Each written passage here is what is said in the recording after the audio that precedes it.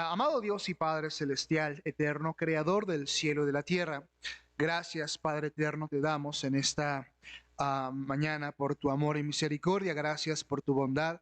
Pido, Señor, que bendigas esta enseñanza que será traída a continuación, que tú seas hablando a nuestro corazón.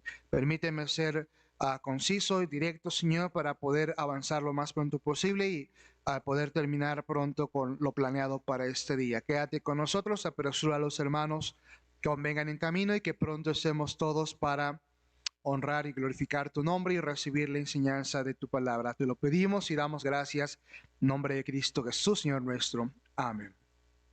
Dice aquí, María nunca pecó, a manera de pregunta. Según la doctrina de la Iglesia Católica, Apostólica y Romana, la Virgen María fue preservada del pecado.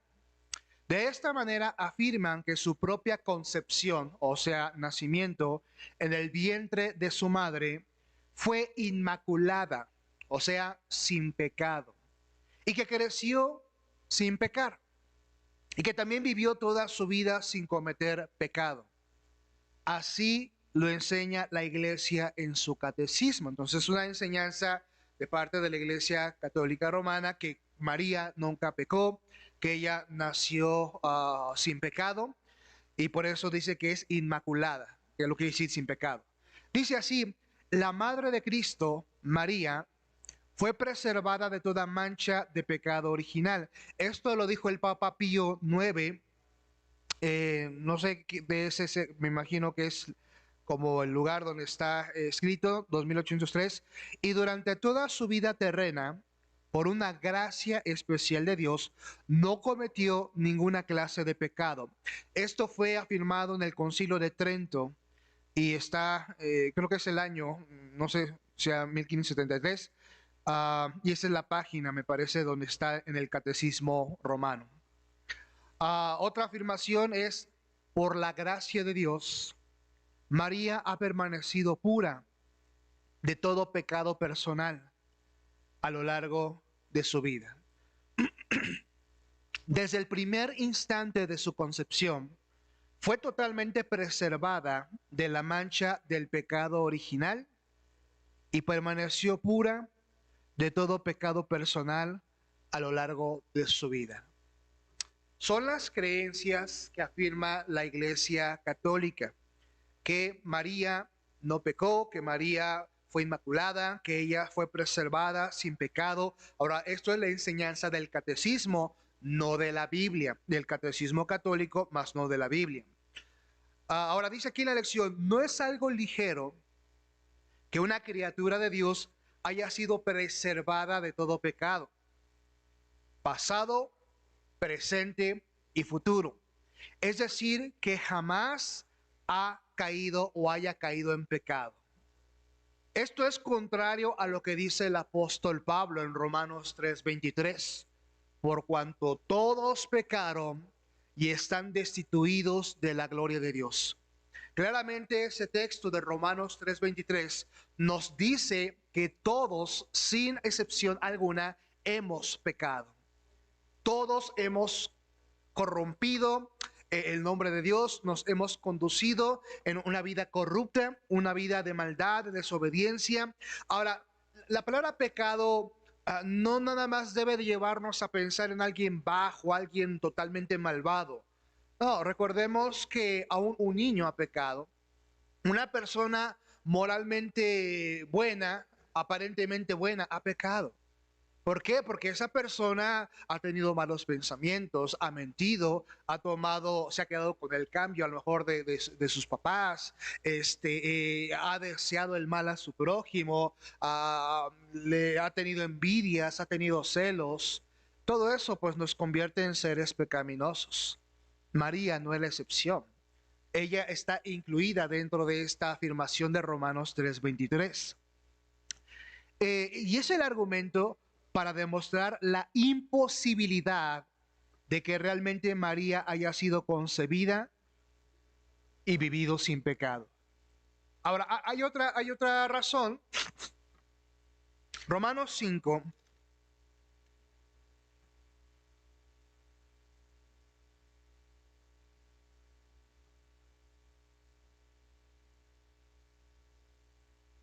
Versículo 14. No obstante, reinó la muerte desde Adán hasta Moisés, aun de los que no pecaron a la manera de la transgresión de Adán, el cual es figura del que había de venir. Versículo 17. Pues si por la transgresión de uno solo reinó la muerte, mucho más reinarán en vida por uno solo, Jesucristo, los que reciben la abundancia de la gracia y el don de la justicia. Así que como por la transgresión de uno vino la condenación a todos los hombres, de la misma manera por la justicia de uno vino a todos los hombres la justificación de vida. Porque así como por la desobediencia de un hombre los muchos fueron constituidos pecadores, así también por la obediencia de uno los muchos serán constituidos justos.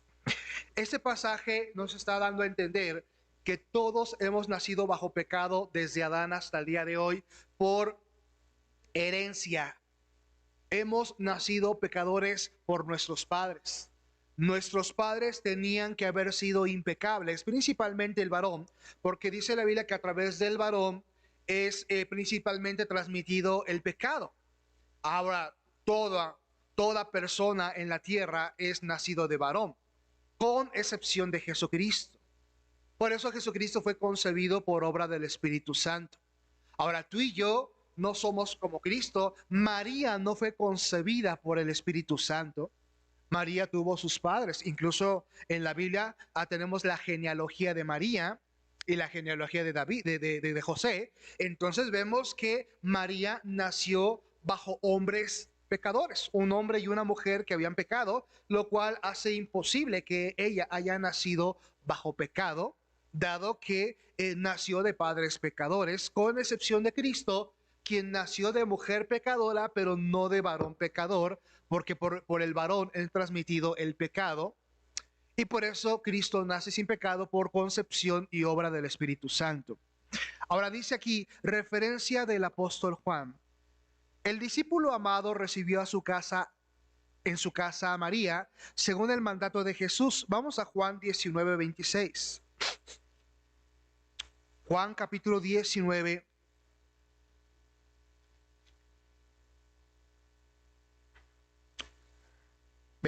Cuando vio Jesús a su madre y al discípulo a quien él amaba, que estaba presente, dijo a su madre: Mujer, he ahí tu hijo. Después dijo al discípulo: He ahí tu madre. Y desde aquella hora el discípulo la recibió en su casa.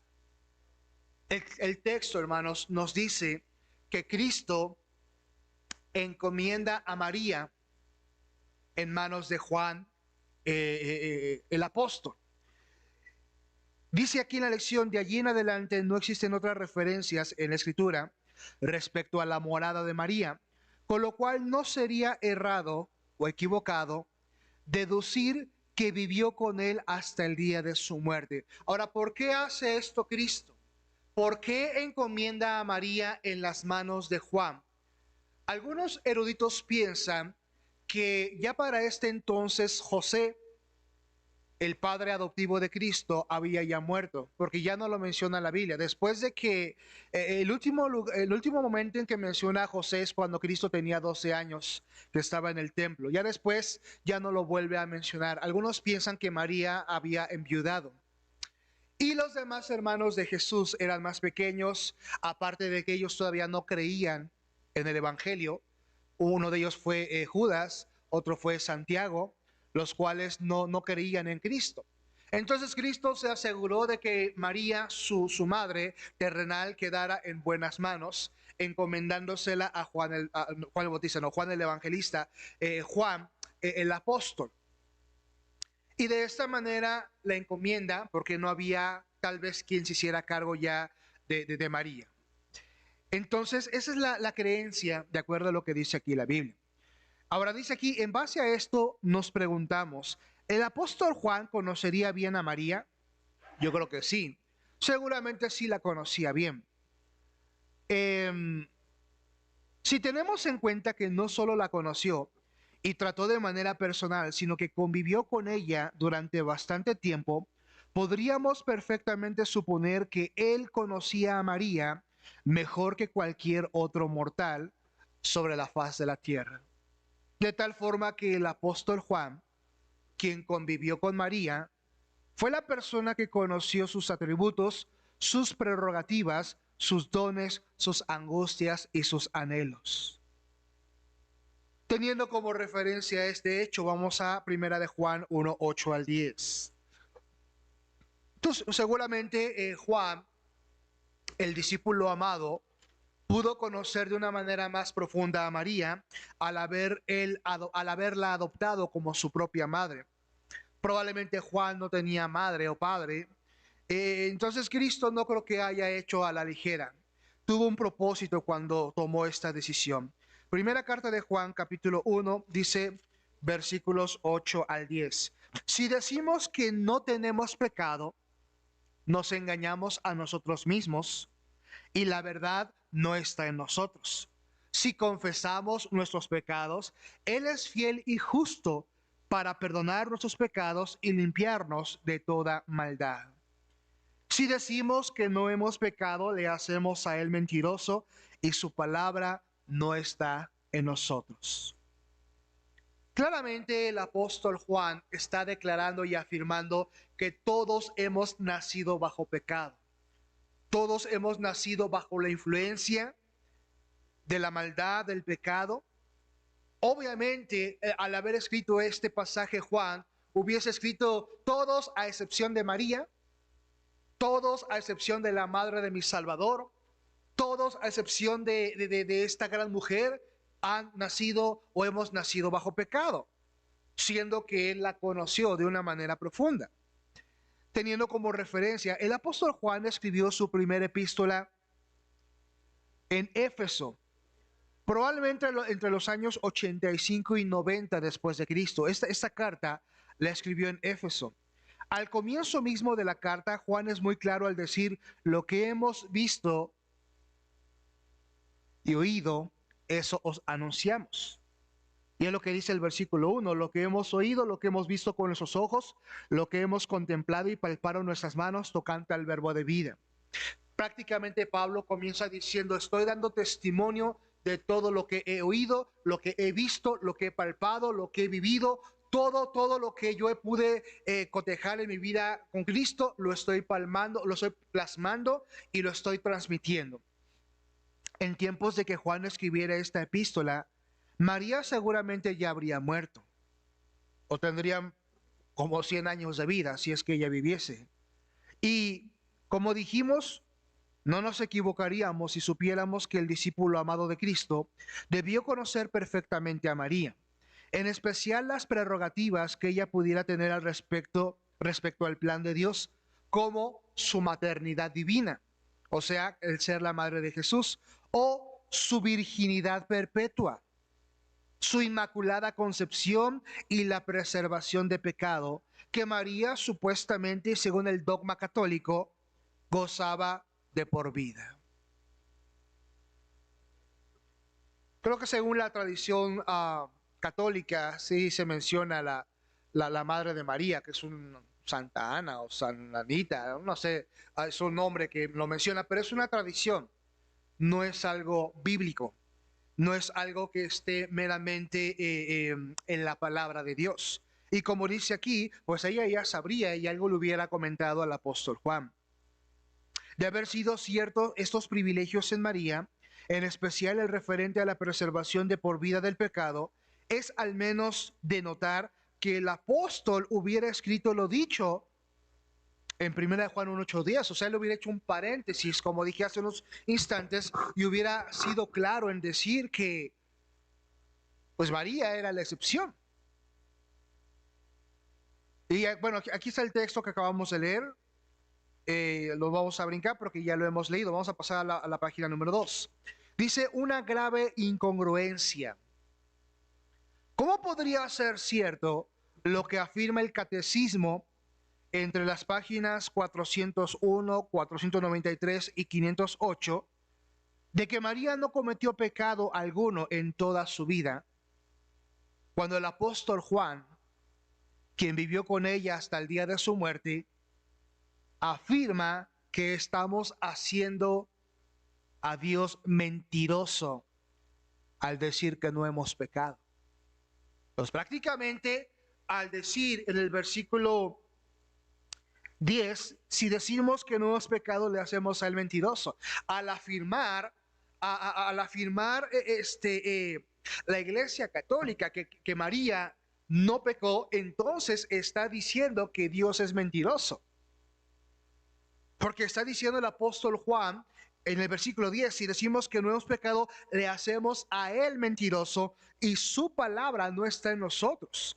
Estamos haciendo a Dios mentiroso al decir que no pecamos o que no pecó María. Entonces, aquí alguien está mal. O está mal la afirmación del catecismo católico o está mal la palabra de Dios o Dios mismo. Si el apóstol se hubiera enterado de que María fue la única criatura que vivió sin pecar, ¿no hubiera hecho la necesaria aclaración? ¿O al menos no hubiera sido más prudente al emitir sus palabras de los versículos 8 al 10? ¿Acaso Juan no sabía que María era inmaculada? Pero si lo supo el Papa Pío, pero sí lo supo el Papa Pío 18 siglos después. Esta manera de sarcasmo, está diciendo, bueno, pues no lo pudo saber Juan, pero sí lo supo el Papa Pío, 1800 años después. Si supuestamente fue Dios quien preservó a María del pecado original y de no pecar en toda su vida, ¿podría el Espíritu Santo de Dios inspirar al escritor a que diga, por cuanto todos pecaron? Y quien dice que no pecó, hace a Dios mentiroso. No obstante, la supuesta inmaculada concepción de María fue declarada dogma infalible por Pío en 1854. ¿Qué es un dogma infalible? Es una doctrina que no está equivocada. Un dogma se refiere a una doctrina, o sea, una afirmación cierta, que no cabe error, no cabe la menor duda, no hay una pizca de mentira en lo que se está afirmando. Eso es un dogma infalible. Y fue declarado hace pues 150 años, más de 150 años, salvo que consideremos que las Sagradas Escrituras están incompletas o que poseen error. El Catecismo Católico Romano enseña algo que la Biblia rebate o debate. El Catecismo Católico Romano dice: la Madre de Cristo, María, fue preservada de toda mancha de pecado original. Lo dijo el Papa Pío. Y durante toda su vida terrena, por una gracia especial de Dios, no cometió ninguna clase de pecado, lo dice el Concilio de Trento. Pero la Biblia dice en 1 Juan que si cometemos pecado, nos engañamos a nosotros mismos y la verdad no está en nosotros, y hacemos a Dios mentiroso y su palabra no está en nosotros. Por lo tanto, decir que María nunca pecó hace a Dios mentiroso. Lo expuesto no tiene la intención de pretender ofender o menospreciar a María, Madre de nuestro Señor, Dios, sino que Dios ha hablado en su palabra, afirmando y diciendo que cada ser viviente, cada ser humano que ha nacido en esta tierra, aparte de Jesucristo, ha nacido bajo la influencia de pecado, ha nacido bajo la influencia de la maldad de nuestro corazón. Lo que dice la Biblia acerca de María, la madre de Jesús. Finalmente, la Biblia pues no menciona mucho, pero creo que lo que menciona es suficiente. María es mencionada en el Evangelio de Lucas, cuando el ángel le anuncia que ella era la elegida para concebir al Hijo de Dios. Ciertamente tenemos que darle crédito a quien crédito merece. María fue escogida entre todas las mujeres vírgenes de aquel entonces, judías de aquel entonces. Tuvo el gran privilegio, el gran honor de poner su vientre para dar a luz al Hijo de Dios, a nuestro Salvador. Y es algo que le reconocemos. Es algo que no podemos negar y no podemos mentir y no hacer menos el honor que Dios le concedió. Pero eso no hace de María alguien mejor que tú y que yo, sabiendo que ella también cayó en pecado y cayó bajo la influencia, nació, perdón, bajo la influencia del pecado.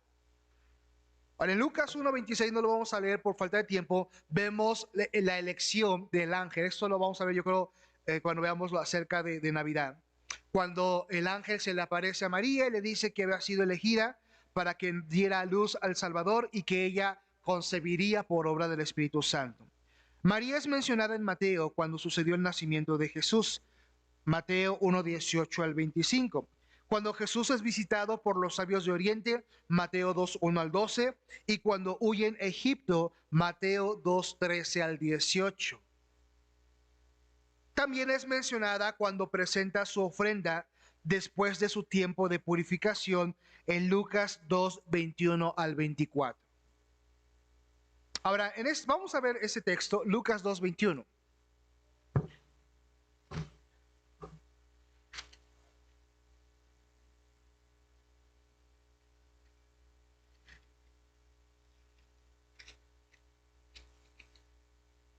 Cumplidos los 8 días para circuncidar al niño, le pusieron por nombre Jesús, el cual le había sido puesto por el ángel antes que fuese concebido. Y cuando se cumplieron los días de la purificación de ellos, conforme a la ley de Moisés, le trajeron a Jerusalén para presentarle al Señor. ¿Por qué dice que cuando se cumplieron los días de la purificación de ellos? La tradición, no la tradición, la ley judía enseñaba que una mujer después de dar a luz iba a ser inmunda por creo que 8 días aproximadamente. Y después de pasar estos días, la mujer tenía que hacer un sacrificio para presentar su purificación. Si María fuese inmaculada, ¿por qué tuvo que haber hecho esto?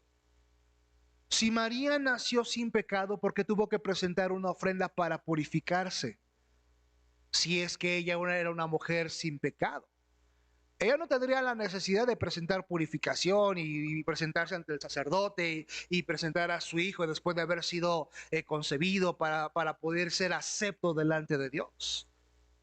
Ella no tendría ninguna necesidad de hacer esto si hubiese ella nacido sin pecado. Sin embargo, la Biblia dice que ella tuvo que presentar también ofrenda por su purificación de acuerdo a la ley judía. Entonces, hermanos, aquí tenemos otra contradicción. En el ministerio de Jesús, María es mencionada también en las bodas de Caná en Juan 2:1 al 8. Erróneamente se enseña que Jesús convirtió el agua en vino por orden, instrucción o intercesión de María.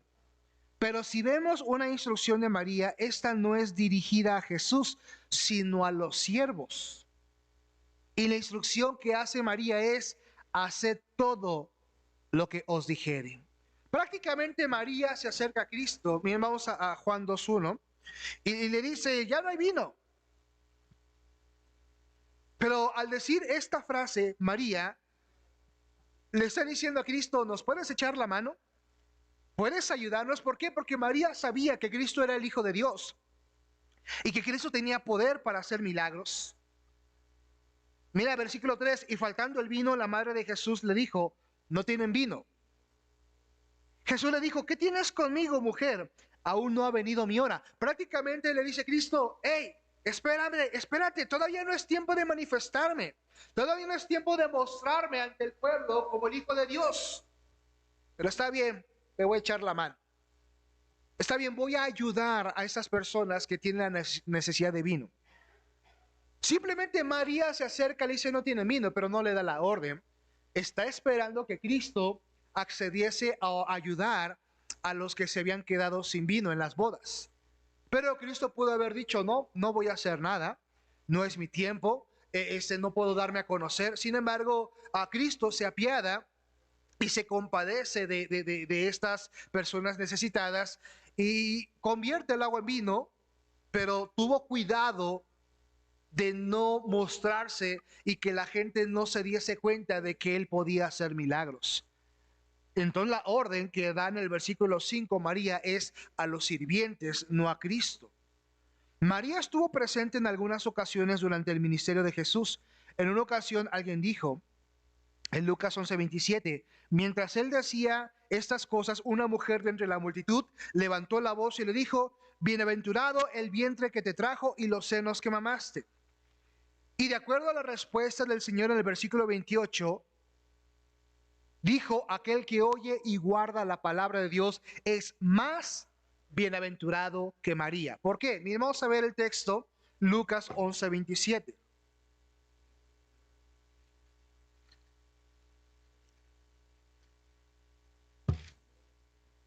Mientras él decía estas cosas, una mujer de entre la multitud levantó la voz y le dijo, bienaventurado el vientre que te trajo y los senos que mamaste. Y él dijo, antes, bienaventurados los que oyen la palabra de Dios y la guardan. Ahora, ¿por qué era más bienaventurado los que eran obedientes que su propia madre y sus hermanos? Porque claramente, hermanos, dice la Biblia que al principio María y sus hermanos no creían en Jesús. María y sus hermanos dudaban acerca de lo que Cristo habría de ser. Miren,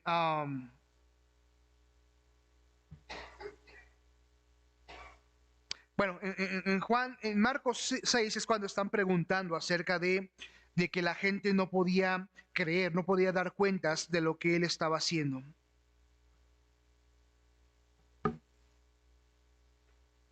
En Marcos 6 está hablando de cómo la gente no podía creer que él era el hijo de María, el hijo de José y que él estaba haciendo milagros. Entonces prácticamente en un principio María y sus hermanos no creían, no aceptaban.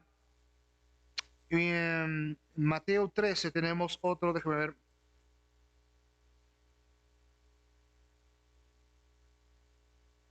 No, es el mismo texto donde están cuestionando el poderío de Cristo de hacer milagros. Entonces vemos que era más bienaventurado el que oye la palabra de Dios que aún María. En otra ocasión vemos algo parecido en Mateo 12, 46 al 50. Dice, y de acuerdo a lo que el Señor dice, aquel que hace la voluntad del Padre es hermano, hermana y madre del Señor. Vamos a ver Mateo 12, 46.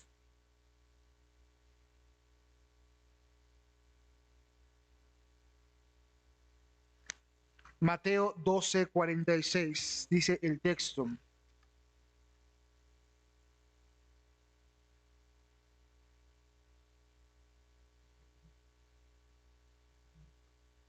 Dice el texto así, estoy en 13, perdón.